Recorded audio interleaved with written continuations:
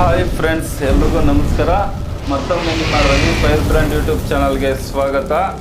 ಸರ್ಕಾರ student bus ಪಾಸ್ಗೆ online ಮುಖಾಂತರ ಅರ್ಜಿಯನ್ನು ಆಹ್ವಾನಿಸಿದ್ದಾರೆ.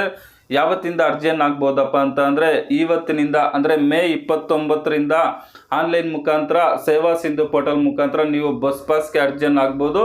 ಇನ್ನು ಬಸ್ ಪಾಸ್ ಯಾವಾಗಿಂದ ವಿತರಣೆ ಮಾಡ್ತಾರೆ ಅಂತ ಅಂದರೆ ಜೂನ್ 1ರಿಂದ ವಿತರಣೆ ಮಾಡುವ ಕಾರ್ಯ ಪ್ರಾರಂಭ ಆಗುತ್ತೆ.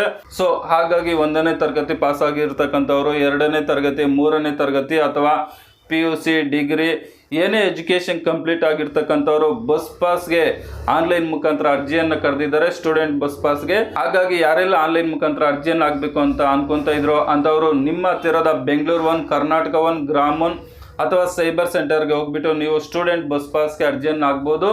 ಅದೇ ರೀತಿ ಬಸ್ ಪಾಸ್ ವಿತರಣೆ ಕಾರ್ಯ ಬಂದ್ಬಿಟ್ಟು ನೆಕ್ಸ್ಟ್ ಮಂತ್ ಅಂದರೆ ಜೂನ್ 1ರಿಂದ ಬಸ್ ಪಾಸನ್ನು ಕೊಡುವ ಒಂದು ಕಾರ್ಯ ಪ್ರಾರಂಭ ಆಗುತ್ತೆ.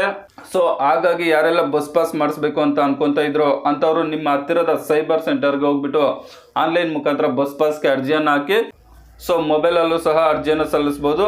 ಸೊ ನಿಮಗೆ ಗೊತ್ತಾಗಿಲ್ಲ ಅಂತಂದರೆ ನನಗೆ ಕಮೆಂಟ್ ಮಾಡಿ ಯಾವ ರೀತಿ ಮೊಬೈಲ್ ಮುಖಾಂತರ ಬಸ್ ಪಾಸ್ಗೆ ಅರ್ಜಿಯನ್ನು ಸಲ್ಲಿಸೋದು ಅಂತ ಹೇಳ್ಬಿಟ್ಟು ನಾನು ನೆಕ್ಸ್ಟ್ ವಿಡಿಯೋದಲ್ಲಿ ನಿಮಗೆ ತಿಳಿಸ್ತೀನಿ.